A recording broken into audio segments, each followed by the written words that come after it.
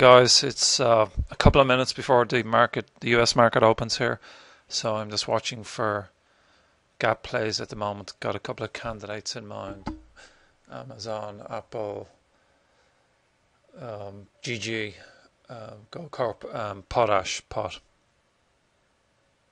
Back later now. I need to place some orders pretty soon, and as soon as I've placed the orders, I'll switch the recording software on and see how it goes. Okay, a little tricky trying to trade live and record this at the same time, but I've gone long Apple here for some of that gap fill. I was looking at GG, but the move happened. GG is on the right here. The move happened too fast for me, especially since I was trying to record this. So I was looking at getting in here, but I didn't catch the move, and then it just went really quickly. On Amazon is the one on the left here. I decided to pass on that because I noticed there's some news on the stock. It got downgraded by somebody, so that's a pass. So the only one I have here right now is Apple, and let's see how that goes today. Watching the futures as well for indication. I'm going to pause now. Back later. Okay. Still in Apple, market's acting very weakly. So my stop here, it's at break even on Apple. So worst case, I get stopped out for a scratch trade. But I do watch the futures when I'm gap trading, and I notice they're acting pretty weakly right now. So we'll see how it goes. I'm not at Amazon here on the left, and neither am I in GG.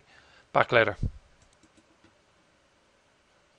So just while we're waiting for that Apple gap to play out, if you just watched my earlier videos, I was trading Euro and Sterling on the 5-minute charts, and my entry point on Euro was around here. And you can see that trade has worked out really well. It's run pretty nicely for me. And have a look at the Sterling one as well. It was my entry. That's been working pretty well.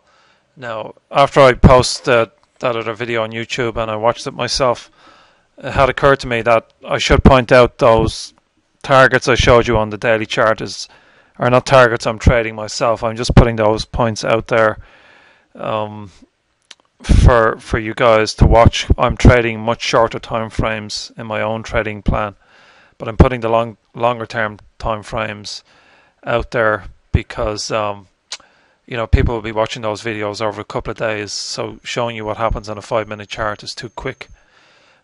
So I hope that doesn't confuse too many people. Hi everybody, back to the gap play. I'm not happy with the way the market is acting here. S&P is really diving at the moment, so I'm up about $1 on the Apple trade, so I'm just going to take it off the table. $1 per share. This is an example of just me using my experience to make a discretionary call. Now, normally if I'm playing the gap, I have set up rules and I stick to them and I obey them. I would describe myself as 90% system on the trade and 10% discretion, but that 10% discretion is important as well because it allows you to make decisions based on information that may be happening in other places in the markets that's not obvious on the chart. Okay, so I'm going to cut this loose here at $1 gain. And thanks everybody.